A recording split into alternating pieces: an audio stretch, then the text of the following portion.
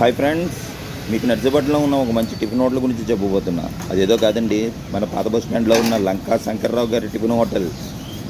ఇక్కడ ఒకసారి టిఫిన్ చేశారంటే మీరు ఎక్కడున్నా సరే తిరిగి ఇక్కడికి వచ్చి టిఫిన్ చేయడానికి రెడీగా ఉంటారు. ఎందుకంటే ఇక్కడ పెసరట్టు ఉప్మా చాలా పెద్ద ఫేమస్. ఈ విశాఖ జిల్లాలోనే చాలా ఫేమస్. ఇడ్లీ, పూరి, దోశ, మినపట్టు ఇక్కడ చాలా వరకు ఒకసారి తిన్నారంటే మళ్ళీ మీరు ఇక్కడికి వస్తారు.